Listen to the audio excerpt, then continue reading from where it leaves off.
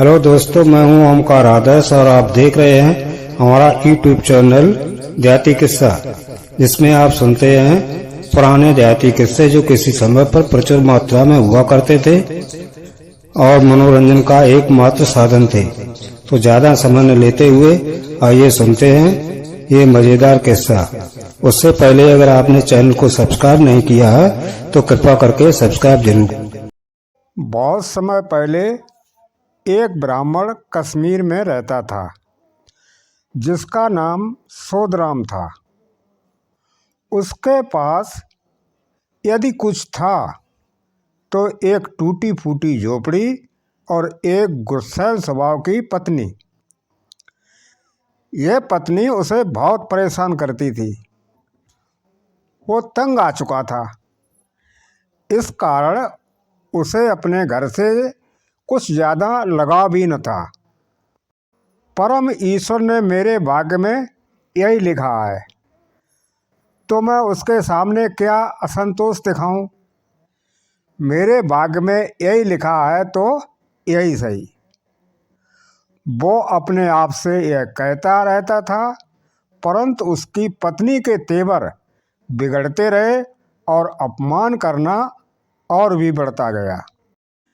कभी कभी यदि वो कुछ कमा कर लाता तो वो झिड़कियां देती और हाथ भी उठाती। जब यह सब उसकी बर्दाश्त से बाहर हो गया तो उसने घर छोड़कर जाने का निश्चय किया। इसलिए अगली सुबह उसने पत्नी से कहा, मैंने सुना है कि कश्मीर के बाहर एक राजा गरीब लोगों को बहुत सा धन देता है। मैं भी जा रहा हूँ, मैं भी अपना भाग्य आजमाऊंगा। पत्नी बोली, ठीक है, चले जाओ, मुझे कोई फर्क नहीं पड़ने वाला। जहाँ तुम्हारी इच्छा हो वहाँ चले जाओ। सो ब्राह्मण ने यात्रा के लिए कुछ चीजें इकट्ठी की और निकल पड़ा। वो लगातार चलता रहा और कहीं पर भी नहीं रुका जब तक कि वो एक जंगल के पास न पहुंचा। जंगल के पास पहुंचकर वहाँ उसने एक मीठे और शुद्ध पानी का तालाब देखा। वो वहीं पर रुक गया। तालाब के किनारे उसने अपना सामान नीचे रख दिया और जो कुछ वो लाया था उसको खा करके और आराम करने लगा। धीरे धीरे होता क्या है कि उसको नींद आ गई और वो सो गया। जब सोदराम सो गया तब सरोवर से एक छोटा सा सांप बाहर आया और उसके झोले में घुस गया जिसमें ब्राह्मण ने खाने पीने का सामान रखा था। कुछ आवाज सी हुई और ब्राह्मण जाग गया। वो झोली खोलकर देखने लगा। जब उसने सांप देखा तो एकदम से झोली का मुंह बंद कर दिया और झोली को जोर से बांध दिया। तभी उसे ख्याल आया कि क्यों न वो वापस अपनी के पत्नी के पास जाए और इसे ये झोली भेंट करे। उसने सोचा कि जब वो ये झोला खोलेगी तो इसके खोलते ही सांप उसे डस लेगा और वो मर जाएगी। तब मुझे उस झगड़ालू पत्नी से छुटकारा मिलेगा। यह सोचते ही सोदराम घर की तरफ लौट पड़ा। घर पहुंचते ही उसने अपनी पत्नी से कहा, ऐ मेरी प्रिय, मैं तुमसे दूर रह ही नहीं सकता। देखो, मैं लौट आया हूँ और यह देखो मैं तुम्हारे लिए क्या लाया हूँ। तुम खुद ही इसको खोल के देख लो। पत्नी ने झोली पकड़ ली और उसके ऊपर लगी गांठ खुलने लगी। सोदराम बोला, अरे नहीं नहीं नहीं, यहाँ नहीं, ऊपर कमरे में जाकर के देख लेंगे। पत्नी बोली, हाँ हाँ वो भी ठीक है, चलो। जब वे दूसरे कमरे में पहुंच गए तो सोदराम ने कोई बहाना बनाया और कमरे से बाहर आ गया। तू देख, मैं अभी आया। ब्राह्मण ने बाहर से दरवाजा बंद किया और ये सोचकर खुश होता रहा कि उसे इस जल्लाद जैसी औरत से अब छुटकारा मिल जाएगा। सांप जरूर इस औरत को डस लेगा और ये मर जाएगी। ब्राह्मण बहुत खुश था।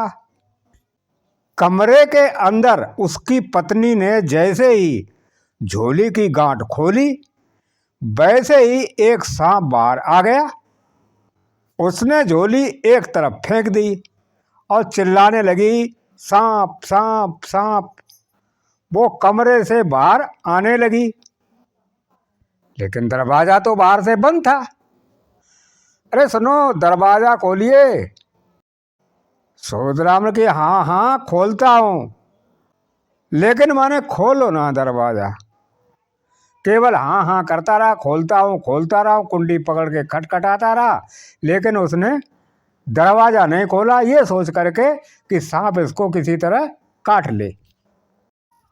तभी कमरे के पीछे से एक रोशनी सी दिखाई दी और उस रोशनी में एक बहुत सुंदर सा बच्चा दिखाई देने लगा। अब वहां सांप नहीं, एक सुंदर बालक था। उसे देखते ही ब्राह्मणी प्रसन्न हो गई। उसने अपनी पति को बुलाया, मगर वो अंदर नहीं आया। वो यही सोचता रहा कि अंदर एक सांप है जो उसे भी डस लेगा। पत्नी अंदर से बोली, देखिए तो कितना सुंदर बालक है, इस बार तो आप सच में ही कितनी अच्छी भेंट लेकर आए हैं। अब मैं आपसे कभी भी नाराज नहीं होंगी, अंदर तो आइए। पत्नी की ये बातें सुनकर सोदराम ने तुरंत दरवाजा खोल दिया और कमरे के अंदर आ गया। इतने सुंदर बालक को देखकर उसके सारे दुख जैसे छूमंतर हो गए।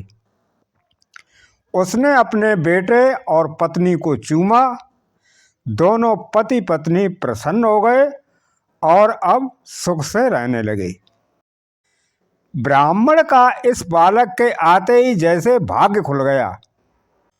पता नहीं कहाँ से उसके पास अपार संपत्ति आ गई और वो बहुत ज़्यादा पैसे वाला बन गया।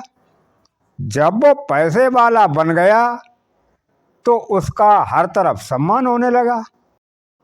उसका बेटा जितना बड़ा होता जा रहा था उतना ही सुंदर होता जाता।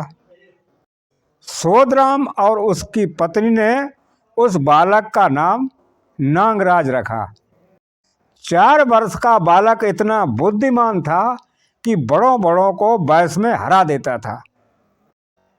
हालांकि उसको दूसरे बालकों की तरह पाठशाला नहीं भेजा गया, मगर वो फिर भी उन बच्चों से ज़्यादा होशियार था। सभी भाषाएं जानता था, ज्ञान की बातें कहता था। यह इसलिए क्योंकि वो स्वर्गिक बालक था। उसमें असीम शक्तियां और गुण थे। जब नागराज नौजवान हुआ तो उसने एक दिन अपने पिता सोदराम से पूछा, पिताजी, क्या यहाँ आसपास कोई पवित्र तालाब है?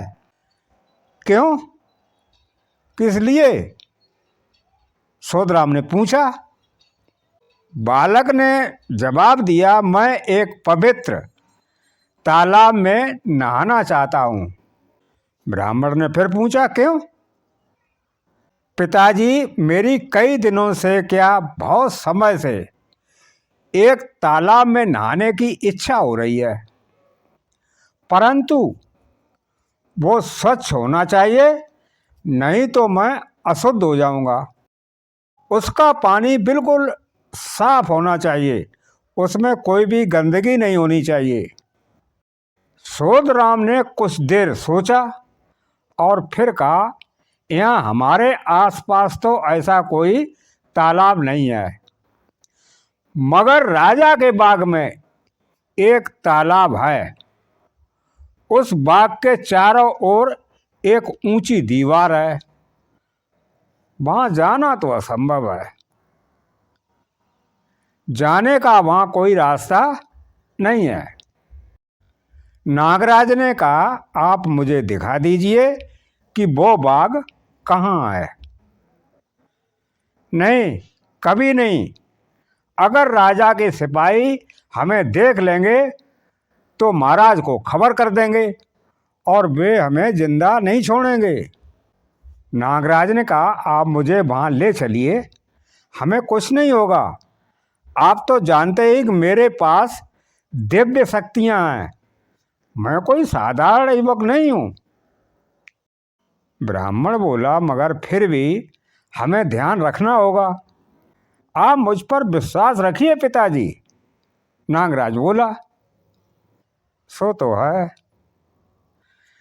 जब सोधराम राजा की बाग की ओर जाने के लिए मान गए तो वे दोनों राजा के महल की तरफ चल पड़े।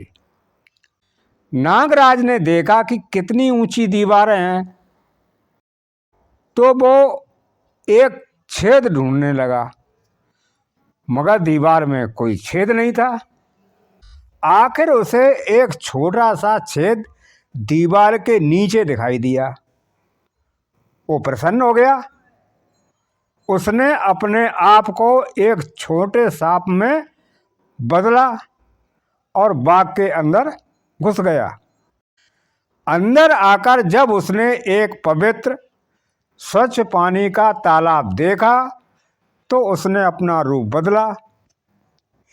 एक सुंदर युवक के रूप में बदलकर वो निर्मल जल के जलाशय में नहाने लगा।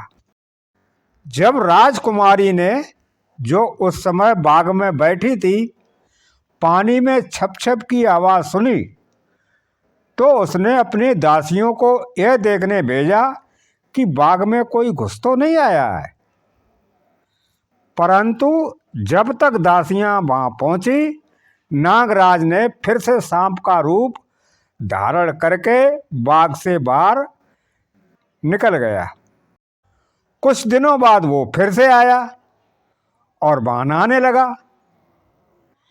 जब इस बार भी राजकुमारी ने छप छप की आवाज सुनी तो वो गुस्सा होने लगी। राजकुमारी का नाम हीमाल था।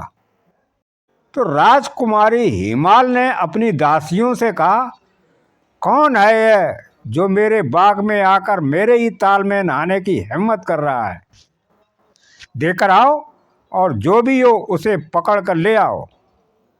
दासियां गईं, मगर इस बार भी वे नागराज को देख न पाई, क्योंकि वो सांप बन करके और जा चुका था। तीसरी बार जब नागराज आया तो हीमाल वहीं ताल के आसपास थी। जब उसने एक अति सुंदर युवक को ताल में नहाते देखा तो वो देखती रह गई। ऐसी सुंदरता तो साधारण मनुष्यों में होती नहीं, कौन हो सकता है? वो सोचने लगी। ऐसा और इतना सुंदर पुरुष उसने कभी नहीं देखा था। जब युवक ने अपने आप को एक सांप में बदला तो हीमाल ने अपनी एक दासी को कहा कि वो इसका पीछा करे और देखे कि ये कहाँ जाता है। दासी उसका पीछा करने के बाद जब वापस लौटी तो उसने राजकुमारी से कहा कि बाहर निकलते ही उस सांप ने वापस युवक का रूप धारण किया और ब्राह्मण सोधराम के घर में गया। लगता है कि यह उसी ब्राह्मण का बेटा है। राजकुमारी हीमाल अपनी माँ के पास गई और कहने लगी, माताजी, हमें नागराज के साथ विवाह करने की अनुमति दी जाए, क्योंकि उस जैसे रूपवान युवक के बिना वो किसी से भी विवाह नहीं करेगी। मुझे उस युवक से प्रेम हो गया है। रानी ने यह बात राजा को बताई।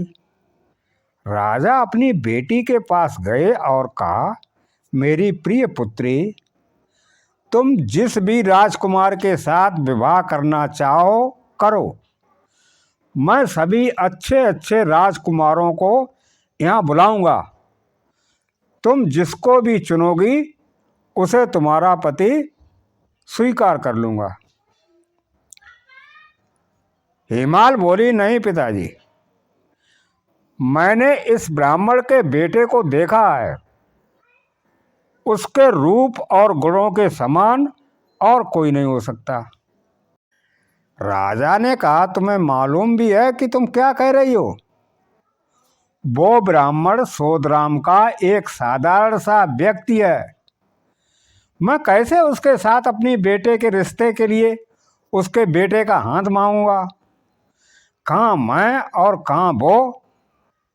क्या कभी धरती और आकाश मिल सकते हैं?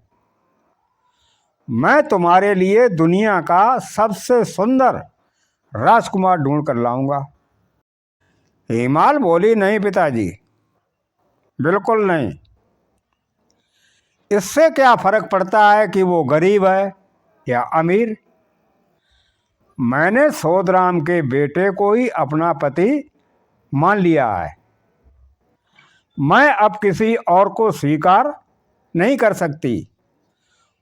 मुझे विवाह भी उसी से करना चाहिए जिससे मैंने प्रेम किया है। राजा कुछ दिनों तक सोचते रहे और आखिर में उन्होंने अपनी बेटी की प्रसन्नता को ध्यान में रखते हुए सोदराम ब्राह्मण को बुलवाने की आज्ञा दी। जब सोदराम ने राजा की आज्ञा सुनी तो चिंता में पड़ गया। वो सोचने लगा, क्यों बुलाया होगा? क्या उसको पता चल गया होगा कि मेरा बेटा राजकुमारी के बाग में जाता है?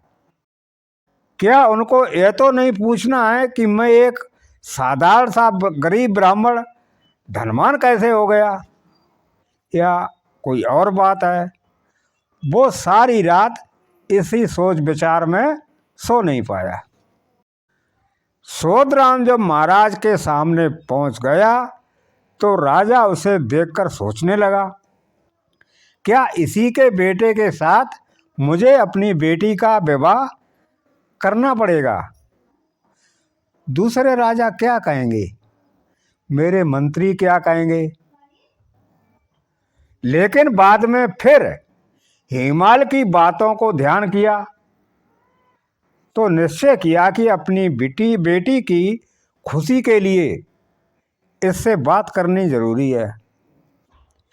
उन्होंने कहा, ब्राह्मण महाराज, मैंने सुना है कि आपका बेटा गुणवान है, रूपवान भी। क्या आप उसे मेरी बेटी के साथ विवाह की अनुमति देंगे? महाराज, आप महान, अति बुद्धिमान और ज्ञानी हैं, प्रजा के पालक हैं। मैं आपकी आज्ञाकारी प्रजा हूँ। आपने जो ठीक समझा उसमें अवश्य ही हम सबका हित है। राजा और प्रजा सुखी रहें, मेरे लिए इससे अधिक शुभ क्या हो सकता है? राजा ने कहा, तो ठीक है, हम राज ज्योतिषी से विवाह का मुहूर्त निकलवाते हैं। राजा के महल से निकलकर सोदराम घर की ओर चला, मगर वो प्रसन्न था और दुखी भी। प्रसन्न इसलिए कि उसके बेटे का विवाह राजकुमारी के साथ होने जा रहा था, और दुखी इसलिए कि इतनी बड़ी शादी का खर्चा वो कैसे उठा पाएगा। जब वो घर पहुंचा तो उसने सारी बात अपने बेटे और पत्नी को बताई। नागराज बोला, पिताजी चिंता मत करिए, आप महाराज के पास जाकर पूछ लिए कि क्या वे मुझे एक साधारण से दूल्हे के रूप में या फिर बाजे गाजे के साथ देखना चाहते हैं। हमारी बारात कैसी होनी चाहिए, उनकी क्या इच्छा है, ये बात उनसे पूछ करके आइए। अरे बेटा, ये कैसी बात कर दी तुमने। मैं धनवान जरूर हूं, मगर एक राजा का क्या मुकाबला कर सकता हूं। पिताजी आप चिंता न करिए, मेरे पास ऐसा खजाना है जो हमारी सभी जरूरतें पूरी करेगा। आप निश्चिंत होकर उनसे पूछिए। हमारे लिए यह जानना जरूरी है कि वे किस प्रकार की बारात चाहते हैं। अगले दिन सोदराम महाराज से मिला तो राजा प्रसन्न हुआ और कहा कि मैं चाहता हूं कि बारात धूमधाम से आए। निश्चित दिन पर एक बहुत बड़ी बारात राजा के महल में गई, जिसकी व्यवस्था नागराज ने एक पत्र द्वारा की थी। नागराज ने बारात जाने से कुछ दिन पहले अपने पिता को एक पत्र दिया था। सोदराम वो पत्र लेकर एक ताल के पास गए, पत्र को ताल में फेंका और वहां से तुरई और ढोल आदि की आवाजें सुनाई देने लगी। कुछ ही देर में घोड़े, हाथी, सोना चांदी, सिपाही ताल से बाहर निकल आए। एक बहुत बड़ी सजीली बारात राजा के महल की तरफ चलने लगी। जब बारात राजा के महल के नजदीक पहुंची तो राजा ने महल के छज्जे से एक लंबा जुलूस आता हुआ देखा। उन्होंने अपने मंत्री से पूछा, क्या यह सोदराम के बेटे की बारात है या कोई बहुत बड़ा राजकुमार आ रहा है। मंत्री ने कहा, नहीं महाराज, यह सोदराम के बेटे की ही बारात है, वो देखिए। राजा बहुत ही प्रसन्न हुए। विवाह प्रसन्नता पूर्वक संपन्न हुआ। भव्य समापन के बाद राजा ने नागराज को दरबार में आने को कहा और उसे दरबारियों को निर्देश देने का आग्रह किया। इसके पश्चात महाराज ने नदी के किनारे पर नागराज को एक अलग महल बनाने की अनुमति दी।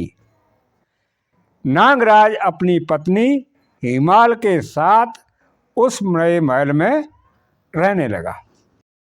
नागराज की जो नाग पत्नियां सरोवर में रहती थी, इन्हीं नागराज की जो पत्नियां थीं और जो तालाब में रहती थीं, वे अपने पति के बहुत समय से न आने के कारण चिंता में रहने लगी, बहुत चिंतित रहती थी।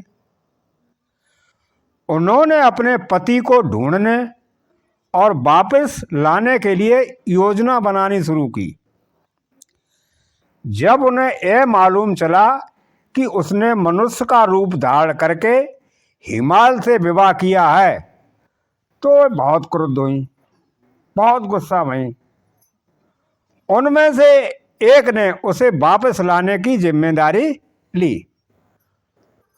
उसने एक डायन का रूप धारण किया और नागराज के महल की तरफ कांच के बर्तन लेकर गई। उसने सोचा कि जब नागराज इन कांच के बर्तनों को देखेगा तो उसे नाग पत्नियों की याद आ जाएगी। ये औरतें कई दिनों तक प्रतीक्षा करती रहीं। आखिर एक दिन उसने हिमाल से मिलने में सफलता पाई। उसने कांच के बर्तन हिमाल को बेच दिए और फिर बाहर चली आई। शाम को जब नागराज आया तो उसको यह बर्तन देखकर बहुत गुस्सा हुआ। उसने हिमाल से कहा कि वो तुरंत कांच के बर्तनों को तोड़ दें कांच के बर्तन टुकड़े टुकड़े हो गए। फिर उसने हिमाल से कहा, देखो, कभी ऐसी धोखेबाज स्त्रियों से कुछ न खरीदना। जब पहली नागिन की चाल विफल हो गई तो दूसरी ने एक फूहड़ स्त्री का रूप धारण किया और हिमाल के पास चली आई। उस फूहड़ स्त्री ने हिमाल से कहा, अरे राजकुमारी, मेरा पति नागराज मुझे छोड़कर चला गया है, कृपा करके मेरी सहायता करें। यह सुनकर हिमाल को गुस्सा आया। क्या मैंने एक फूहड़ कमबख्त इंसान से शादी की है? हाँ हाँ, फूहड़ स्त्री ने उत्तर दिया, वो तो बिल्कुल ही गंवार है, वो तो भेष बदले हुए है, लेकिन वो जैसा भी है, नागिन बोली, वो मेरा पति है। अरे तुम तो राजकुमारी हो, तुम्हारे लिए क्या, तुम तो कई राजकुमार तुम्हारे लिए आएंगे और चाहे जिस राजकुमार से तुम शादी कर सकती हो। इस फूहड़ पति को हमें लौटा दीजिए। हाँ हाँ, आप उसकी परीक्षा लीजिए ना। परीक्षा? हाँ, आप उसे पानी में उतरने को कहिए। यदि वो डूब गया तो वो मेरा पति है, यानी एक फूहड़ औरत का फूहड़ पति, और यदि नहीं डूबा तो वो आपका। यह कहकर वो चली गई। शाम को जब नागराज महल में आया तो हिमाल ने सारी कथा सुना दी। हिमाल, तुम्हें कौन बताता है ये सब? हिमाल बोली कि एक स्त्री आई थी। अरे हिमाल, वो असली मनुष्य नहीं थी, वो कोई ऐसी स्त्री थी जो रूप बदल कर आई थी। वो हमें अलग करना चाहती है। ऐसे लोगों पर विश्वास मत करो। ठीक है, मैं नहीं करूंगी उन पर विश्वास, मगर आप पानी में उतरकर जल परीक्षा दे दीजिए, फिर मैं निश्चिंत हो जाऊंगी। दोनों में बहुत देर तक बहस होती रही।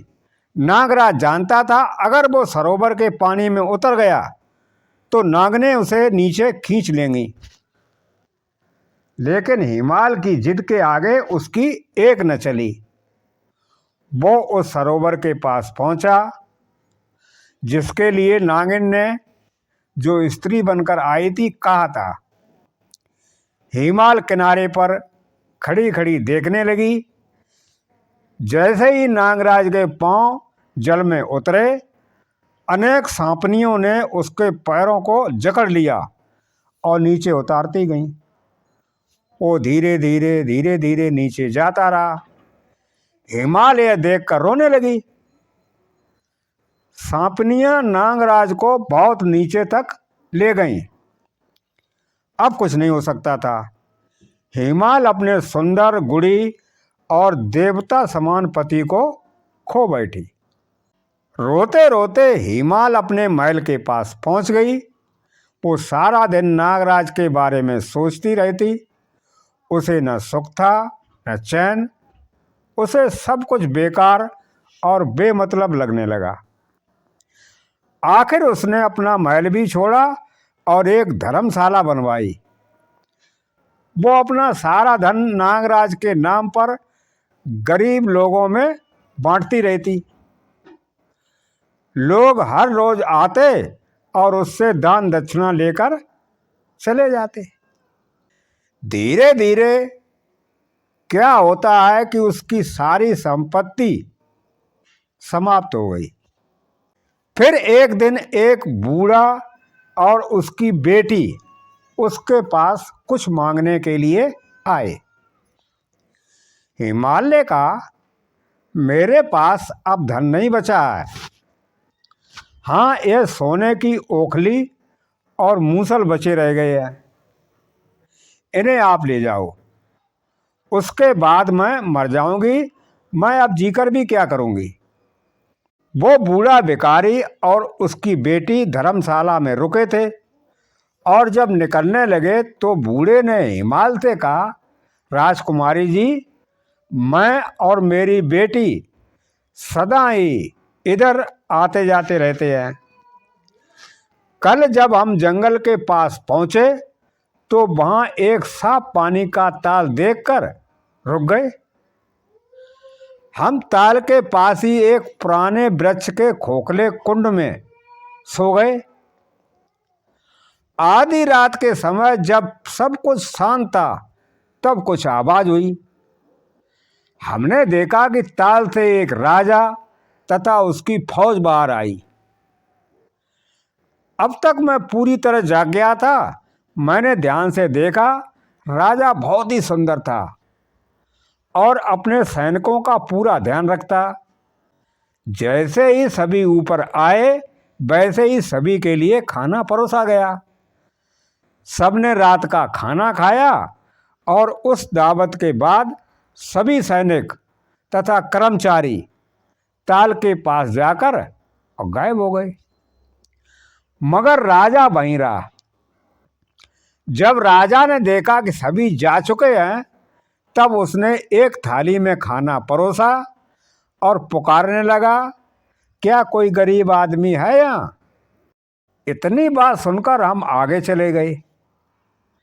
राजा ने वो खाना हमें दिया और कहा, यह मेरी उस प्रिय पत्नी हिमाल के नाम पे है।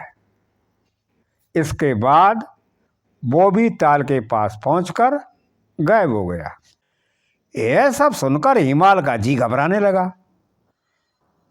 वो शहर उठी। उसे समझ नहीं आ रहा था कि वो हंसे या रोए, क्योंकि वो जानती थी कि वो ताल के पास प्रकट हुआ राजा नागराज ही था। उसने उस बूढ़े भिखारी से कहा, क्या वो उसे उस ताल के पास ले जाने की कृपा करेगा? क्यों नहीं, बूढ़ा भिखारी बोला, जिसे हिमाल ने सोने के ओखली और मूसल दे दिए थे। वे तीनों जंगल की तरफ निकल पड़े और शाम होते ही ताल के पास पहुंच गए। वे रात होने और ताल से प्रकट होने वाले लोगों की प्रतीक्षा करने लगे। बूढ़ा भिखारी तथा उसकी बेटी को नींद आ गई, मगर हिमाल जागती रही। आधी रात के समय जब सब शांत था, नागराज, उसको खाना खिलाने वाले और उसके सैनिक प्रकट हो गए। सेवकों ने खाना परोसना शुरू किया।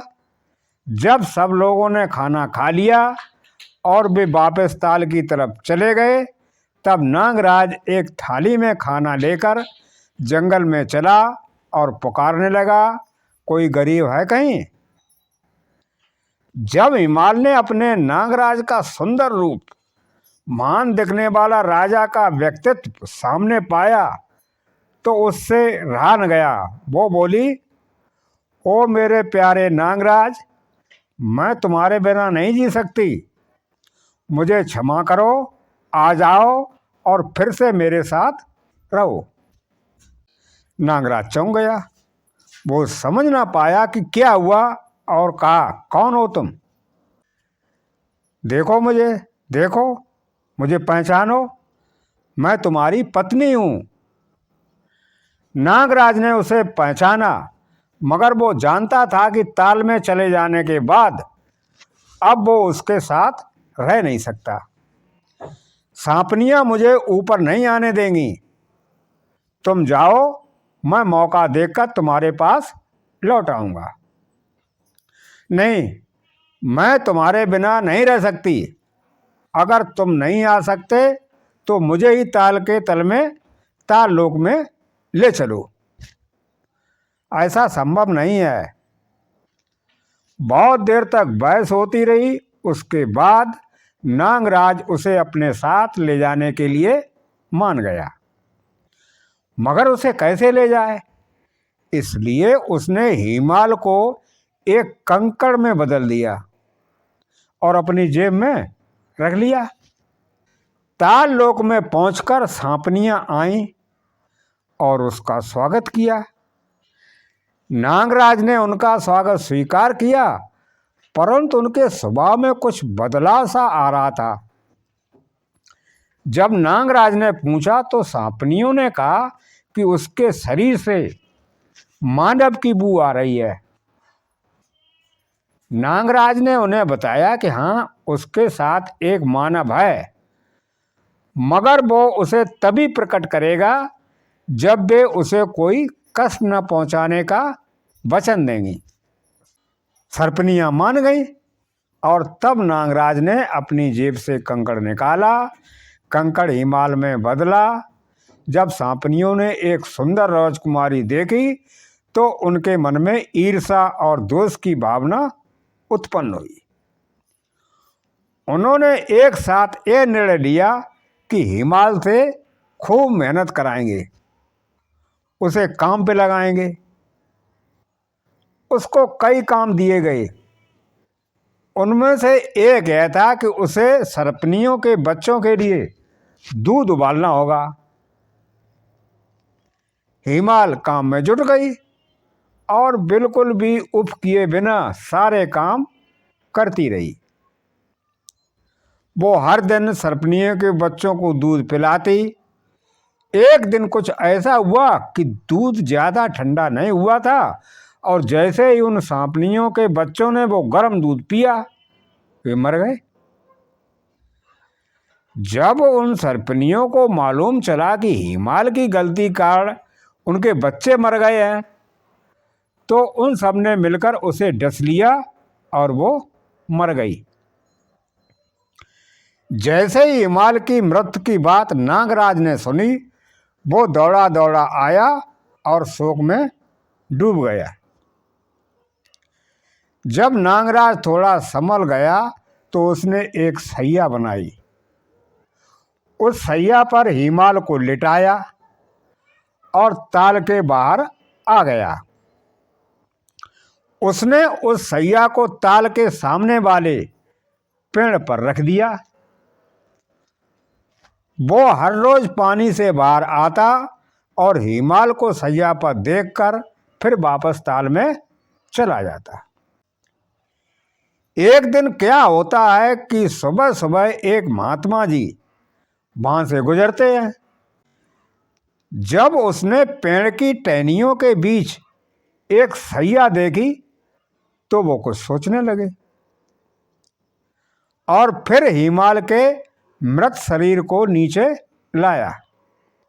इतनी सुंदर और छोटी उम्र की स्त्री को किसी ने मारा है, ये महात्मा जी बात समझ गए। महात्मा ने नारायण की प्रार्थना की, भगवान की प्रार्थना की। उसने कहा, हे ईश्वर, इस निर्दोष स्त्री को फिर से जीवित करो। उसकी प्रार्थना स्वीकार हुई। हिमाल पुनः जीवित हो गई।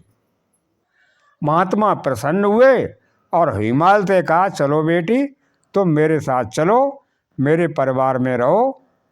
महात्मा और हिमाल दूसरे गांव की ओर चले गए। जब नागराज पेड़ पर रखी अपनी हिमाल को देखने आया तो उसे बान पाकर बहुत दुख हुआ। वो सोचने लगा, क्या कोई हिमाल का शव ले गया है या वो जीवित होकर चली गई। वो भटकने लगा और वन में हिमाल को ढूंढने लगा, मगर हिमाल का कहीं पता नहीं चला। ढूंढते ढूंढते ढूंढते ढूंढते वे दूसरे गांव में पहुंचा और महात्मा के घर तक पहुंचा। वहां उसने हिमाल को सोते हुए पाया। उसने अपना रूप बदला। एक सांप में परिवर्तित होकर वो हिमाल के बिस्तर के पास कुंडली मारकर बैठ गया। थोड़ी देर बाद जब महात्मा का बेटा आया और उसने हिमाल के पास एक सांप देखा तो उसने सोचा, ये कहीं इस स्त्री को डस न ले। उसने एकदम से एक तलवार उठाई और सांप के टुकड़े टुकड़े कर दिए। इस शोर से हिमाल जाग गई। जब उसने देखा तो वो रोने लगी। अरे यह तुमने क्या किया? हाय, तुमने मेरे पति को ही मार डाला, मेरे नागराज की हत्या की। उसी दिन दोपहर को चंदन की लकड़ी की चिता बनाई गई और मृत नागराज को उस पर रखा गया। उसी समय हिमाल भी चिता पर चढ़ गई। मैं अब जीकर क्या करूंगी? मैं भी इसी के साथ जलकर मरूंगी। और दोनों भस्म हो गए। महात्मा यह सब देखकर बहुत ही दुखी हुआ। वो चैन से सो न सका। वो रात भर जागता रहा। अगले दिन सुबह सुबह वो उस स्थान पर गया जहां हिमाल और नागराज को जलाया गया था। उसने चिता के पास जाकर ठंडी राख उठाई और उस राख को लेकर एक पेड़ के नीचे बैठकर पश्चाताप करने लगा। दिन भर रोता रहा। जिस पेड़ के नीचे ये बूढ़े महात्मा बैठे हुए थे, उस पेड़ पर भगवान शिव और पार्वती दो पक्षियों के रूप में बैठे हुए थे। उन्होंने बूढ़े पुरुष का रोना सुना और सोचा कि इनकी सहायता करें। शिव और पार्वती ने कहा, देखो तो कितने कष्ट में है भला आदमी।